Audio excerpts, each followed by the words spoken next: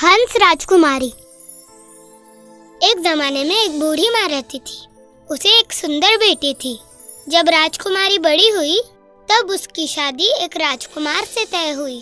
वो जिस राज्य में रहता था वो बहुत दूर था। माँ, क्या ये मुझे करना पड़ेगा? हाँ मेरी प्यारी राजकुमारी, मैंने राजकुमार को वचन दिया है कि तुम मुझसे ही शादी करोगी। लेकिन मैं आपके साथ रहना चाहती हूँ। मैं बूढ़ी हो चुकी हूँ, अब कब बुलावा आ जाए क्या पता। मैं चाहती हूँ कि तुम्हारा पति तुम्हारी हिफाजत करे। ऐसा मत करो ना माँ। ठीक है, मैं जाने के लिए तैयार हूँ। मैं नहीं चाहती हूँ कि तुम अकेली जाओ, इसलिए मैं तुम्हारे साथ एक दासी भेजती हूँ। और हाँ फलदा, तुम्हारा घोड़ा तैयार है क्या? हाँ माँ, हम जाने के लिए तैयार हैं। एक बात याद रखो, वो फलदा मेरे साथ ईमानदार है और मुझे यकीन है कि वो मुझे तुम्हारे साथ घटने वाली हर घटना बताएगा। मैं जानती हूँ, तुम चिंता मत करो। फिर रानी और उसकी बेटी महल के बाहर गए। वहाँ दासी और घोड़ा उनका इंतजार कर रहे थे। अब चलो दासी। जैसी आपकी आज्ञा राजकुमारी। चलो, अलविदा। दासी बहुत दुष्ट थी। उसे राजकुमारी बिल्कुल भी पसंद नहीं थी। उसे खुद को एक दिन राजकुमारी बनने के सपने आते थे। राजकुमारी और दासी दोनों अपने अपने घोड़े पर चढ़ी और उन्होंने महल छोड़ा। काफी घंटों के सफर के बाद राजकुमारी को बहुत जोर से प्यास लगी और उसने दासी से कहा, दासी, उस झरने से थोड़ा पानी लेके आओ ना। अगर तुम्हें प्यास लगी है तो घोड़े से उतरो और झरने पर झुककर खुद पानी पियो। राजकुमारी विनम्र थी। वो घोड़े से नीचे उतरी और झरने के पास जाकर झुक के पानी पीने लगी। उसके बाद वो वापस घोड़े पर आके बैठी। फिर दासी ने कहा, अब से मैं तुम्हें आज्ञा दूंगी और तुम उसका पालन करोगी। चलो अपने कपड़े मुझे दो और तुम मेरे कपड़े पहनो।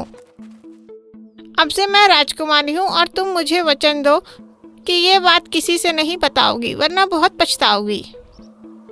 मैं वचन देती हूँ। दासी ने फिर राजकुमारी के कपड़े पहन लिए और उसी के घोड़े पर जाकर बैठी। घोड़ा बहुत समझदार था। उसे मालूम था राजकुमारी कौन है। उसने दासी के हुक्म को नहीं माना। फिर वो राजमहल पहुंचे। राजकुमार उन्हें सामने से मिलने आया। मेरे महल में आपका स्वागत है प्यारी राजकुमारी। ये लड़की कौन है? ये मेरी दासी और सहयोगी है, लेकिन वो मुझे पसंद नहीं है। वैसे आपके पास अगर इसके लिए कोई काम हो तो बताइए। वैसे मेरे पास एक कोनार्ड नाम का लड़का है जो हंस संभालने का काम करता है। ये उसकी मदद कर सकती है। और हाँ, इस घोड़े को मार डालिए। क्या क्या क्यों? ये तो अच्छा घोड़ा लग रहा है। इसकी वजह से आज रास्ते पे मैं मरने ही वाली थी। असल में दासी को पता था कि फलदा बोल सकता है और शायद वो राजकुमार को बता देगा कि उसने किस तरह असली राजकुमारी के साथ बर्ताव किया है। मैं घोड़े को मार नहीं सकता, उसके बदले मैं उसे कैद खाने में डाल देता हूँ। शुक्रिया। नहीं। घोड़े को ऐसी जगह कैद कर लिया गया कि वो वापस कभी न दिखे। दूसरे दिन दासी राजकुमारी से मिलने गई। तुम अब अपने घोड़े को कभी नहीं देख पाओगी। तुम मेरे साथ ऐसा बर्ताव क्यों कर रही हो? तुम अपना काम करो, नहीं तो मैं राजकुमार को बता दूंगी कि मुझे तुमसे भी छुटकारा चाहिए। फिर दासी वहाँ से चले गई और राजकुमारी रोने लगी। अचानक एक बूढ़ा आदमी आया और उसने कहा, चिंता मत करो, मैं जानता हूँ तुम्हारा घोड़ा कहाँ है। उसे जहाँ रखा है वहाँ तुम्हें ले चलता हूँ। धन्यवाद बाबा। ये सारी बातें कोनार्ड झाड़ियों के पीछे छुपकर सुन रहा था और उसने सोचा, ये गुप्त बात लगती है। मैं भी वहाँ जाऊंगा। हो सकता है शायद महाराज को भी इसकी जानकारी होना जरूरी होगा। सेवक राजकुमारी को घोड़ा दिखाने ले जा रहा था। कोनार्ड छुपकर उसका पीछा कर रहा था। हम पहुँच गए, लेकिन अब तुम्हें सावधान रहना होगा। जी बिल्कुल। फिर वो बूढ़ा वहाँ से गया और राजकुमारी अंदर गई जहाँ घोड़े को रखा गया था। कोनार्ड भी उसके पीछे गया। जैसे ही उसने घोड़े को देखा उसने खुद से कहा, बेचारा फलदा, कैसे रखा है तुम्हें? बेचारी राजकुमारी, तुम भी तो दुखी हो। ये अगर तुम्हारी माँ को पता चला तो उन्हें कितना दुख होगा। कोनार्ड ये देखकर चकित ही रह गया कि घोड़ा भी बात करता है। बाप रे, मैं पागल हो गया हूँ या ये घोड़ा सच में बोल रहा है? ये बात राजा को बतानी होगी, लेकिन वो मुझ पे यकीन करेंगे? पता नहीं, लेकिन थोड़ा सोचना पड़ेगा। वो ये सब सोच रहा था तभी राजकुमारी चली गई। दूसरे दिन सुबह रोज की तरह सब कुछ सामान्य था। राजकुमारी अपने बाल बना रही थी जो सोने के थे। कोनाट उसका बाल लेना चाहा। कोनाट, मुझे परेशान मत करो, छोड़ो मेरे बाल।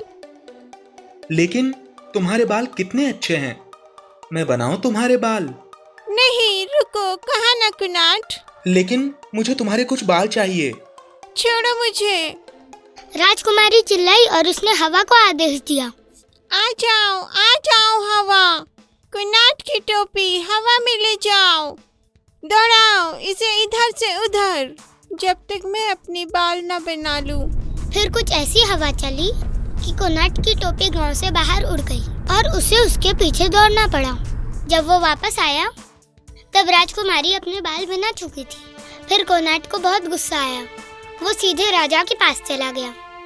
मेरे महाराज, मुझे उस लड़की के साथ नहीं रहना, मुझे डर लगता है। वो तो एक मासूम लड़की है, तुम्हें उससे डर क्यों लगता है? नहीं महाराज, मुझे लगता है कि वो एक डायन है, अब एक बुरी डायन। डायन? तुमने मुझे पहले क्यों नहीं बताया? चलो मुझे सब बताओ। जी महाराज, मैंने उस दिन उस घोड़े को बात करते हुए सुना और कोनाट ने राजा को राजकुमारी और उसके घोड़े के बारे में बताया और ये भी बताया कि उसने उसकी टोपी कैसे हवा में उड़ाई। अब घर जाओ कोनाट, बाकी सब मैं संभालता हूँ। दूसरे दिन जहाँ पे फिल्डा को रखा गया था वहाँ राजकुमारी के आने तक महाराज छुपकर बैठ गए। सुप्रभात प्यारे फलदा।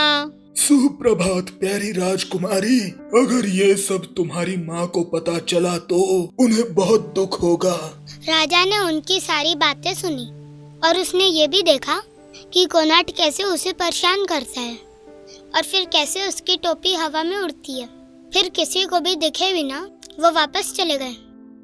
दूसरे दिन उन्होंने राजकुमारी को बुला लिया। कुछ बात करनी है क्या महाराज? हाँ, मुझे सच बताओ, क्या तुम्हें कोई परेशानी है? मतलब मैं तुम्हें देखता हूँ तो लगता है कि कुछ गलत हो रहा है, मुझ पे भरोसा करो। अब राजकुमारी फूट फूट कर रोने लगी। उसने अपना मन राजा के पास हल्का किया। उसने उन्हें सब कुछ बता दिया। राजा ने सब कुछ ध्यान से सुना और कहा, मेरी प्यारी बच्ची, मुझे लग ही रहा था कि कुछ गड़बड़ है। तुम्हारी दासी ऐशा सजा की हकदार है, उसे कैद खाने में होना चाहिए हमेशा के लिए। राजकुमार तुमसे शादी करेंगे। बहुत बहुत शुक्रिया महाराज, लेकिन मेरे घोड़े का क्या? उसकी चिंता मत करो, उसे छोड़ देंगे। दूसरे दिन शादी का जश्न महल में हुआ। खाने पीने की कोई कमी नहीं थी। फिर वो नवविवाहित जोड़ा हमेशा के लिए हंसी खुशी रहने लगा। समाप्त। If you enjoyed this story, please like and subscribe our channel and press the bell icon to get future updates. And don't forget to comment.